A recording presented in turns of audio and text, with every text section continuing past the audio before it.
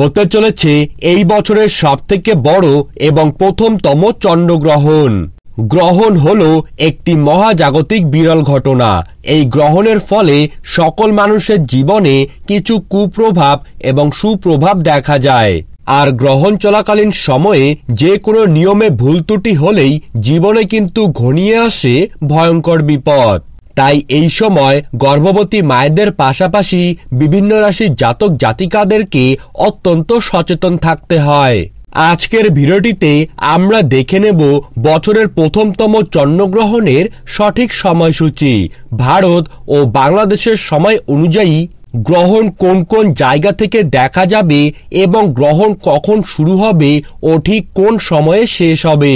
তার পাশাপাশি খালি চোখে গ্রহণ দেখা যাবে কিনা তার সঙ্গে জেনে নেব গর্ভবতী মহিলারা এই সময় কোন কোন সাবধানতা অবলম্বন করবেন, এই চন্দ্রগ্রহণের কুপ্রভাব নিজের জীবন থেকে কিভাবে দূর করবেন। তাহলে চলুন দেরি না করে জেনে নেওয়া যাক।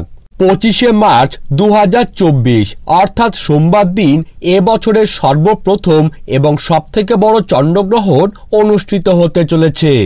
এটি একটি খণ্ডগ্রাস চন্দ্রগ্রহণ, যার প্রভাব প্রত্যেকটি রাশির জাতক জাতিকাদের জীবনে কিছু না কিছু দেখাই যাবে।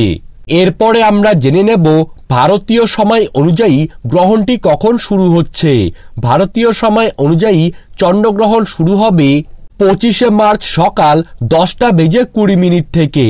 এরপর গ্রহণের মধ্যভাগ থাকছে দুপুর 12:40 অবধি এবং গ্রহণ সমাপ্ত হচ্ছে দুপুর 3:25।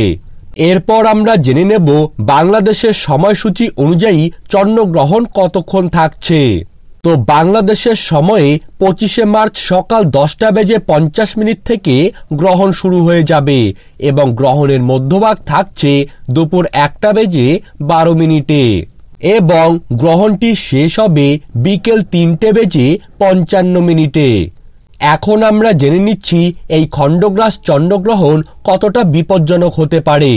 গ্রহণ একটি মহাজাগতিক ঘটনা হলেও ধর্মীয় শাস্ত্র অনুযায়ী গ্রহণকে কিন্তু অশুভ ঘটনা অথবা অশুভ শক্তির বহিঃপ্রকাশ হিসেবে বলা হয়ে থাকে।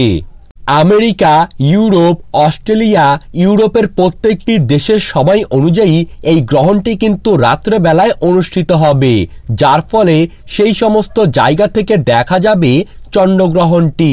এবং ভারতবর্ষ ও বাংলাদেশের সময় অনুযায়ী দিনের বেলা যেহেতু চন্দ্রগ্রহণ ঘটবে সেহেতু দিনের আকাশে চাঁদ দেখা যাবে না। যেহেতু গ্রহণ দেখা যাবে না, তার ফলে গর্ভবতী মায়েদের সাথেই শিশু ও প্রত্যেক রাশির জাতক জাতিকাদের জীবনে তেমন কোনো কুপ্রভাব লক্ষ্য করা যাবে না। তার জন্য গর্ভবতী মহিলাদের কোনো নিষেধাজ্ঞাও জারি থাকছে না। তবে আপনারা সবাই সাবধানতা অবলম্বন করবেন।